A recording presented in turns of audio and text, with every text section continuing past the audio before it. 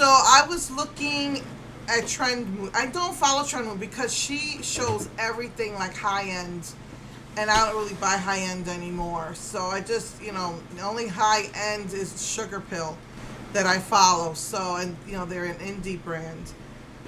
So I just check her out from time to time, and she said that it was spotted at Walmart that they were selling a crystal skincare set. She said it seems like it's from the Crystal collection. So I got it, and only one of the products has the crystals in it. I think maybe they had a lot of leftover crystals. I don't know, but at Walmart they're selling a facial toner spray.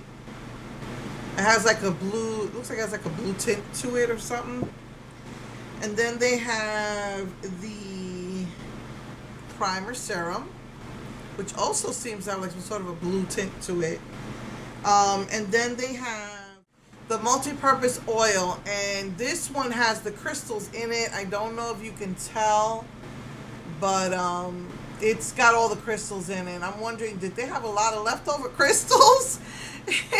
Is that what happens in the oil? And the oil is clear. It doesn't have like that purple tint.